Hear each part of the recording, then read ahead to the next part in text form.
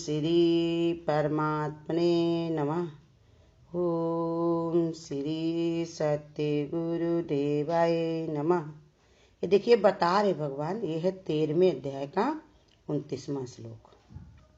जो पुरुष संपूर्ण कर्मों को सब प्रकार से प्रकृति से किए हुए देखता है और आत्मा को अकर्ता देखता है, उसकी दृष्टि सही है।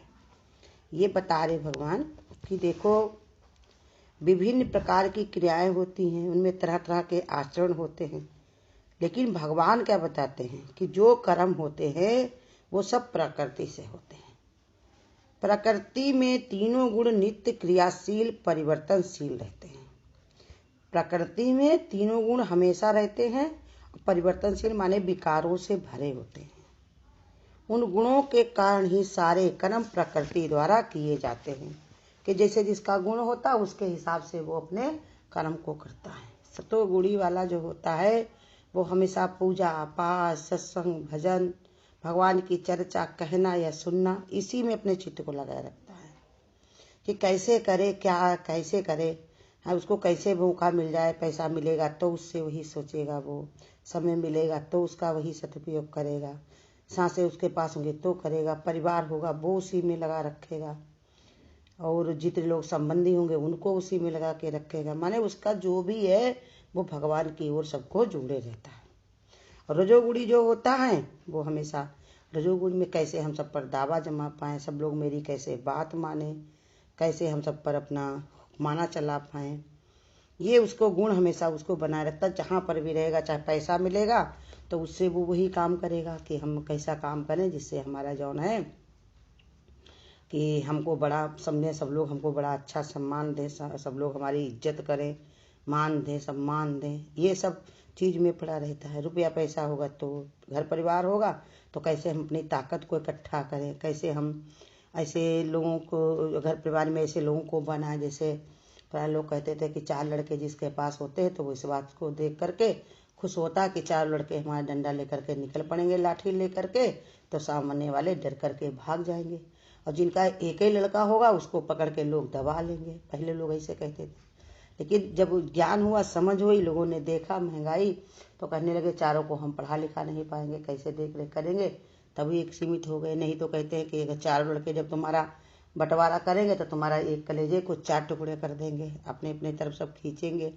तो इसलिए समझा रहे भगवान की रजोगुणी वाला होता है वो कुछ भी उसको कार्य मिल जाए, रुपया मिल जाए तो उसको नेतागिरी में लगाएगा, दिखावा में खर्च करेगा, फैंसूफी में लगाएगा, लड़के बच्चे होंगे तो उनमें सब भरेगा कि ऐसा काम करो जिससे हमारा बहुत उनका काम नाम हो, बहुत हमारी ताकत इकट्ठा हो, लोग हमारे जय जयकार करें, और जो है परिवार में लोग होंगे जो जो जानने वाले होंगे सबसे वही कार्य बोलिएगा।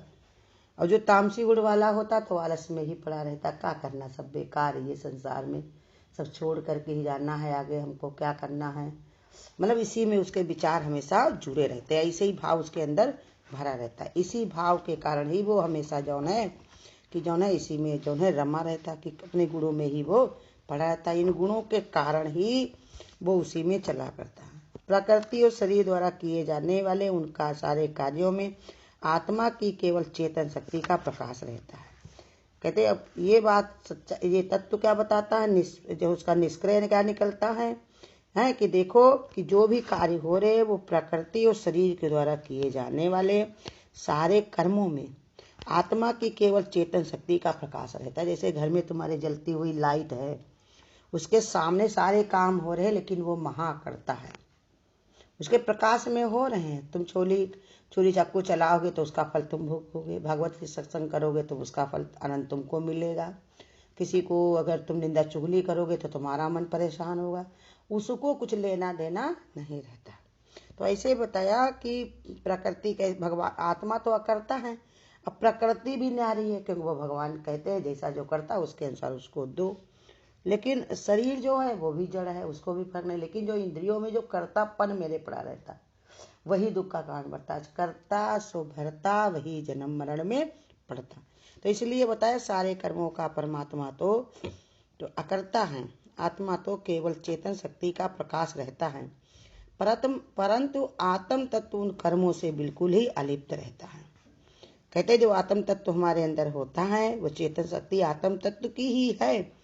वो प्रकाश देता है लेकिन वो कर्मों से बिल्कुल ही अलिप्त रहता है। जैसे सूरज की रोशनी में इतनी बड़ी मीलें चल रही हैं, इतना सत्संग भजन हो रहा है, इतने सब कार्य हो रहे हैं, लेकिन वो सबसे दूर बिल्कुल न्यारा है। ऐसे ही बताया जो आत्म तत्व हमारा है वो बिल्कुल ही अलिप्त रहता है। आत्मा ना तो किसी कर्म का करता है, ना आत्मा उसका भोगने वाला है। क्योंकि उसके अंदर कर्तापन नहीं है, इसलिए वो भोगने वाला भी नहीं कहा जाता, क्योंकि वो अपने को मानता नहीं है। हम वालों की आदत खराब पड़ी हुई है, कर कुछ नहीं पाते, होता हमसे कुछ नहीं है, और संसार बताने लगेगा तो हम मान बैठेंगे कि हमने किया, लेकिन हमसे होता कुछ नहीं, सब भगवान का ही है। करन करावन आप आप मानुष के कुछ नहीं हाथ, मानुष जतन करत वो बात, उसके कर्म सब बढ़ते जाते।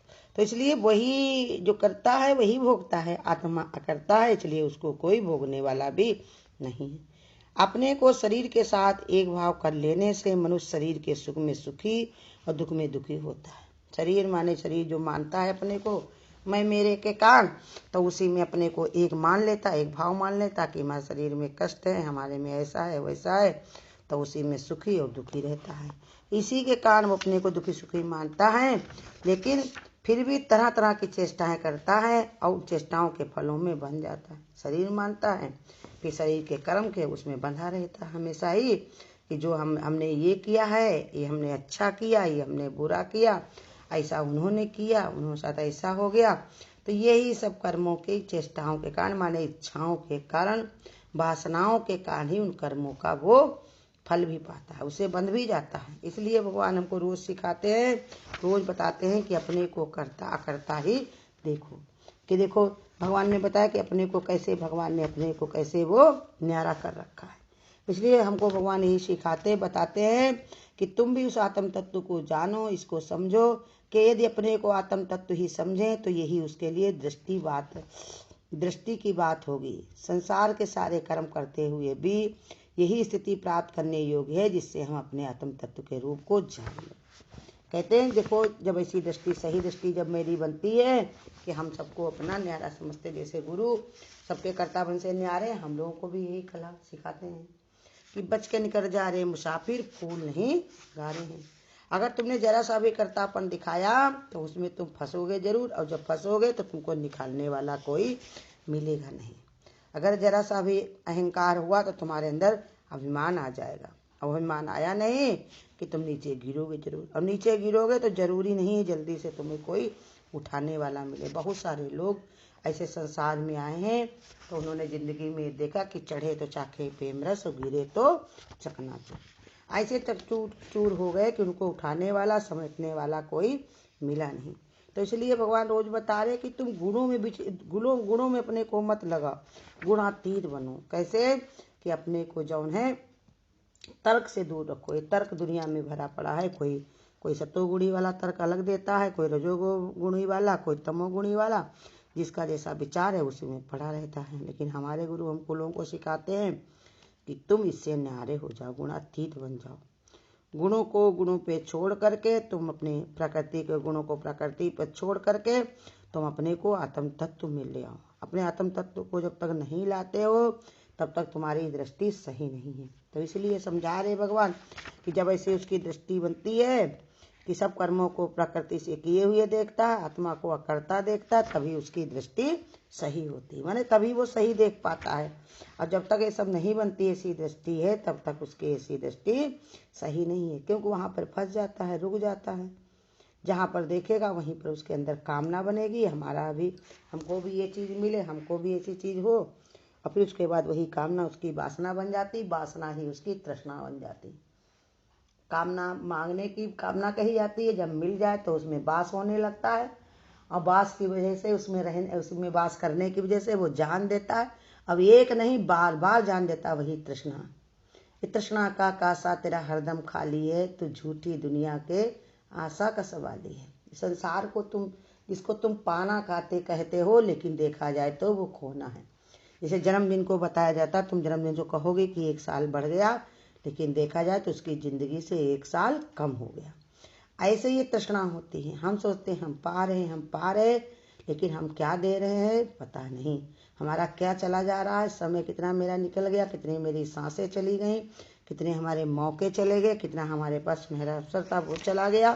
तो ये सब हम नहीं जान पाते, इसके कारण ही हमारा ये तृष्णा में भरे रहते हैं, तो वो सब नहीं जान पाते, अपना ही सारा हम नुकसान करते हैं। तो इसलिए भगवान हमको तरह तरह से समझाते हैं कि तटस्थ होकर के तुम अपनी शक्ति को पहचानो। जब तक अपनी शक्ति को तुम नहीं पहचानते हो, अपने आत्म तत्व को नहीं जान पाते हो, तब तक तुम्हारी दृष्टि सही नहीं होगी, तब तक तुम अपने को सही नहीं कर पाओगे। बदले न दुनिया बदल जाए हम। अपनी दृष्टि को सही करने के लिए हमको जौन है अपने आत्म तत्व को जागृत ही करना है। जब तक हम ऐसी स्थिति अपनी नहीं बना पाते हैं, तब तक गुरु कहते हैं कि हमारा सब करना बेकार हो जाता है। सारे कर्म करते हुए भी सही स्थिति प्राप्त करने योग्य हैं। कहते देखो, सारे संसार के सारे कर्म करते हुए ऐसा भी नहीं बताते कि तुम अगर संसार के कर्म बंधन वाले हैं तो उनको तुम छोड़ दो। सारे कर्म करो, लेकिन कैसे? अकर्ता होकर के, उनसे न्यारे होकर के, उनसे दूर होकर के कर्म करो कि ये सारे कर्म भगवान से हो रहे, गुरु से हो रहे, सब करने वाला स्वयं का स्वयं है। जो तुम्हारी वाहवाही करे उसी को तुरंत ही उसको अर्पण करो। ये तुम्हारा अपना मन है, तुम्हारा ऐसा विचार है, तुमने ऐसे ऐसे समझा है, तो इसलिए तुम उसका विचार करके, ना कि ये विचार करो कि देखो हमने किया। जब तक ऐसी स्थिति नहीं बनती है तो कहते यही स्थिति प्राप्त करने योग्य है। संसार की स्थिति कोई प्राप्त करने योग्य नहीं, क्योंकि आज जो स्थिति तुम्हारी बनी है कल बिगड़ भी सकती है। जो तुम्हें कोई फूलों का हार पहना रहा तो कल जूते के भी पहना सकता है। उसका आज मन हुआ तो उसके अनुसार तुमने कार्य किया तो वो अपना मान रहा तुमको। नहीं अगर कभी कर पाए तुम, कोई कारणवश तुम्हारा शरीर नहीं चला, तुम्हारी स्थिति नहीं ऐसी रही, या कैसी भी तुम्हारा कर्म जुड़ा हुआ, तो वही तुमको कहते जूतों के भी हार पहना सकते हैं, लातों के भी गुरु कहते तुमको वार कर सकते हैं।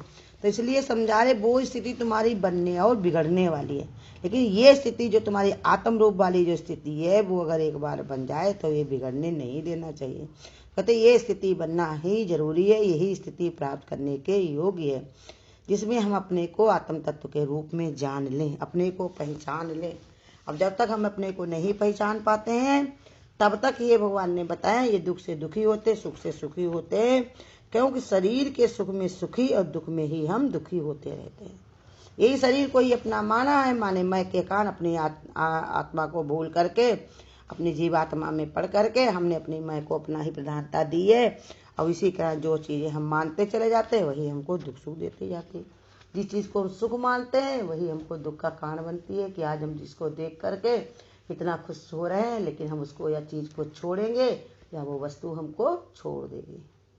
तो इसलिए बता रहे भगवान। और वही गुरु कहते हैं, वही जो दुख जिसको मानते हैं तो वो भी गुरु कहते हैं कैसे, कि आज हमको दुख लगता है, लेकिन हम अगर मिल जाती तब भी हमको छोड़ एक दिन चलने पड़ता। जैसे बताया है कि उदाहरण दिया कि चाहे कोई तुम्हें अच्छा लगता हो और चाहे कोई तुमको बुरा लगता हो, लेकिन दोनों ही सुख देने वाले और दुख देने वाले हैं। जो तुमको अच्छा लगता है तो जब आएगा तो बड़ा अच्छा लगेगा, लेकिन तुम जाएगा तो बड़ा ही दुखी हो गए। और जो तुमको दुख देता है तो वो जब आएगा तो तुम बड़ा दुख देगा, देखो आ गया है, कितना परेशान करेगा, अपना इतना दिमाग में रखाएगा, ऐसी ऐसी बातें करेगा, लेकिन वो जाएगा तो तुम सुखी होगे। तो इसलिए बताया सब संसार की जितनी भी चीजें हैं वो सुख दुख में देने वाली हैं। तुमने कहीं पर भी आसक्ति रखी, कहीं पर ही मन रखा, कहीं पर तुम लिपायमान हुए तो तुम्हारी स्थिति सही नहीं है। सही स्थिति अगर तुम्हें अपनी रखनी है, सही तत्व को तुम्हें जानना है, तो उसके लिए तुमको ऐसी स्थिति प्राप्त करनी है कि सारे कर्म करते हुए भी न्यारे होने की कला तुम्हारे अंदर होनी चाहिए। न्यारे होने का ही विचार होना चाहिए, उसका ही तुम्हारा भाव होना चाहिए। तो इसलिए समझा रहे हमको गुरु रोज ही कि हमको ये अपने आत्म रूप को जान लेना चाहिए, अपने को पहचान लेना चाहिए कि हमारा कौन सा रूप है, क्या हमारा स्वरूप है, और कौन क्या काम करने आए, संसार के कर्म से हम छूटने आए कि कर्म में हम बंधने आए हैं। हरिओम। अगर आपको आज की वीडियो अच्छी लगी हो तो वीडियो को लाइक और शेयर करना ना भूलें। आगे की वीडियोस देखने के लिए चैनल को सब्सक्राइब करें और नोटिफिकेशन